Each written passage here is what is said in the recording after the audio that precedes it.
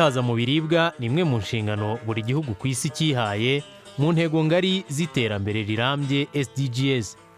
U Rwanda nka kimwe mu bihugu byemera iterambere rirambye rwashyize iyi ngingo mu za mbere, ndetse Minisiteri y'Ubuhinzi by'umwihariko yabishyize muri gahunda ya 4 y'imbaturabukungu.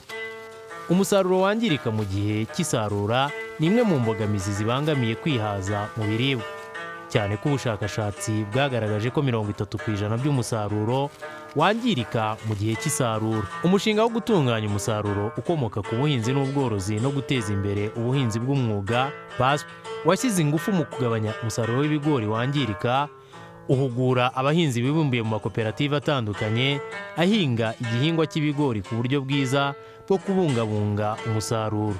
Ubumenyi uyu mushinga wagejeje ku bahinzi b'ibigori wagiye ubukurikiza ibikorwa remezo bitandukanye bigamije kongerera agaciro umusaruro n'ubwanikiro bwa kijyambere, ndetse n'ubuhunikiro butandukanye bwa kijyambere bufasha abahinzi guhunika umusaruro wabo. Ikintu cyiza nuko nta mvura yabyangiza, ariko wanitse ku amahema imvura iraza ikayagwaho agatembera mu bigori, ugasanga imbuto zose zihubwe zitangiye kumera. Iyo rero nayo ni advantage. Ubumara bwa aflatoxine ni imwe mu mpamvu ikomeye yakunze kubangamira umusaruro w'abahinzi b'ibigori, kuko inshuro nyinshi bashakaga amasoko y'umusaruro wabo bahuraga n'ikibazo cy'uko abaguzi bawangaga kubera ko bawusangagamo ubu bumara. Ariko ubu abahinzi basobanukiwe neza uburyo bwo kwirinda ubu bumara, kuko bufite ingaruka ku buzima bw'abantu ndetse bukangiza n'isoko ry'umusaruro. Batweka aflatoxine ari uruhumbu rujya mu bigori, cyane cyane dushingiye kuri gakondo uko mbere yakorwaga. Dufata ibigori tubirunda hamwe, rwa ruhumbu ruterwa na bwa bushyuhe bwajemo ku bigori bikirimo amazi bitari byuma. Noneho uwo muriro urimo ugatera urwo ruhumbu, ari rwo rubyara aflatoxine ku kigori. Iyo aflatoxine rero akaba ari ishobora gutera indwara nyinshi, cyane cyane irimo kanseri. Bityo tugasabwa nk'abahinzi b'ibigori ko tugomba kwirinda iyo aflatoxine. Gusharika ibigori no guhungura udakomerekeje intete ni bumwe mu bumenyi abahinzi bagejejweho, busimbuye kwanika umusaruro hasi, aho ushobora guhura n'ivumbi ugifite ubuhehere buri hejuru, bikaba bitera uruhumbu mu musaruro. Umushinga PASP kandi wafashije amakoperative kubona ubwanikiro bwa kijyambere bubafasha kumisha umusaruro wabo bawusharitse, aho ushobora kumishwa n'umuyaga nta mazi y'imvura uhuye nayo.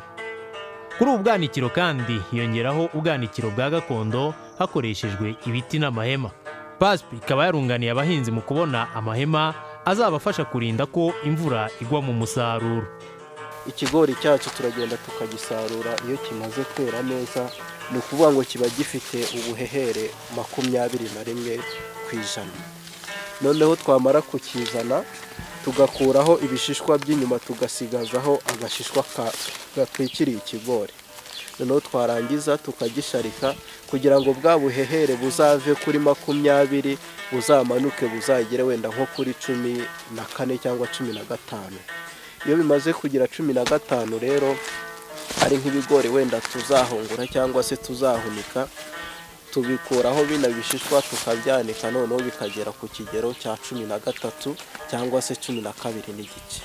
Ibyo nibyo bya bigori biba bigeze ku gihe cyo kuba wabihunika, ntibizagira ikibazo cy'uruhumbu cyangwa se uburozi bwa aflatoxine. Abaguzi batandukanye bagura umusaruro w'ibigori, abenshi bagura umusaruro ukiri ku bitiritiri, ari nabwo buryo bwiza burinda abahinzi kuba hari umusaruro wakwangirika muri izo nzira zose zo guhungura no kwanika imvungure. Niyo mpamvu PASP yashyize izindi ngufu mu kubaka ubuhunikiro bw'umusaruro butandukanye bufasha abahinzi kubika umusaruro ku buryo burambye, ndetse yanatanze imifuka yabugenewe idapfa kwinjiramo ibyonnyi ibyo ari byo byose. PASP kandi ku rundi ruhande yanahaye amakoperative amahema ya kijyambere akoresha ingufu z'izuba mu kumisha umusaruro arenga 80. Yahawe amakoperative 53 ahinga ibigori n'ibishyimbo mu turere 12 umushinga PASP ukoreramo. Izi ngufu zose umushinga washoboye mu kubungabunga umusaruro n'uburyo burambye buganisha mu kwihaza mu biribwa, nk'inshingano u Rwanda rwihaye mu kongera umusaruro. hagamijwe ubuhinzi bw'ishoramari bugamije amasoko mu gihugu ndetse n'ayo mu mahanga.